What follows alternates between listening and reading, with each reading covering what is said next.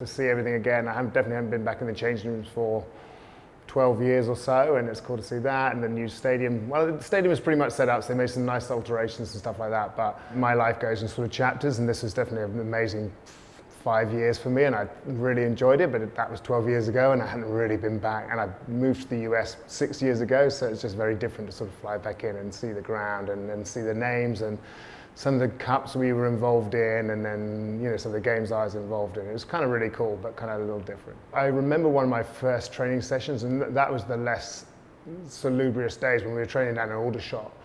There in the first line-out session, I think one of the second rows went down injured and said, "Simon, you can jump in." And I was like, wow, this is amazing. And then I was there, and Keith Wood was throwing the ball in, and Jason Leonard was lifting me, and Roy Winters was lifting me from behind. I was like, wow, this is amazing. I'm still at university, and these guys are people I sort of watched on TV, and Keith was asking me if the ball was high enough. I'm like, it was pretty good, thanks, and it was amazing to start off like that. You don't miss the tackle bag sessions with John Kingston on a Monday morning, or the sort of ruck drills over the bags on the floor. Those are the bits you certainly don't miss, and that's the kind of stuff or George Robson beating you up because he wants your shirt, because he sort of deserves it more than you do, or thinks he does. So that's the kind of bits you certainly don't miss.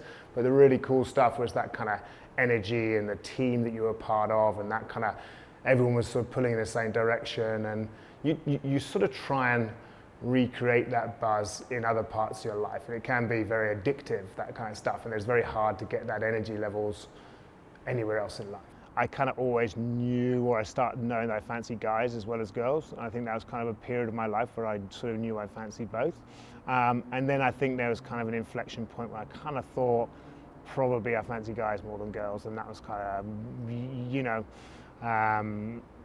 just around about when I was at Quins, probably just around about when I left Quins, where I kind of thought, this feels more right for me. I'm more comfortable with this than my old life, and that's kind of my sort of transition period at that point. So I don't think it was kind of like knowing I was sort of gay or straight. I think it was more to do with, knowing I fancy guys and girls, and then deciding that actually probably I'm more gay than straight, and that's kind of where I made that decision. Got married a year and a half ago to an American guy who I met over in New York, so yeah, that's good. Apparently it gets easier in married life, but I'm not sure, I'm not sure about that. But yeah, so I met him blind date actually in a restaurant he was running in meatpacking, and then we kind of moved in after a second date and dated for about 3 years, excuse me, and then we sort of got married October 2018 in Lake Como, which was kind of fun. It was a great event. So I've been married like a year and a half. It was probably one of my regrets that I probably didn't come out while I was a rugby player here, because not necessarily for myself, but more for other people, and how it might have been a positive message for other people when it would have been good. I wanted to come back and support this initiative so much because I think it's really important that being gay or lesbian or LGBTQ and liking rugby shouldn't be mutually exclusive. They can go hand in hand, and this rugby club was a great place for me. And the more people embrace it, and I think society's come a long way, really, which is really great. It's got a certain way to come, and I think rugby clubs can either lead that initiative or certainly be part of the agenda, and I think they're kind of doing their bit, so it's kind of cool.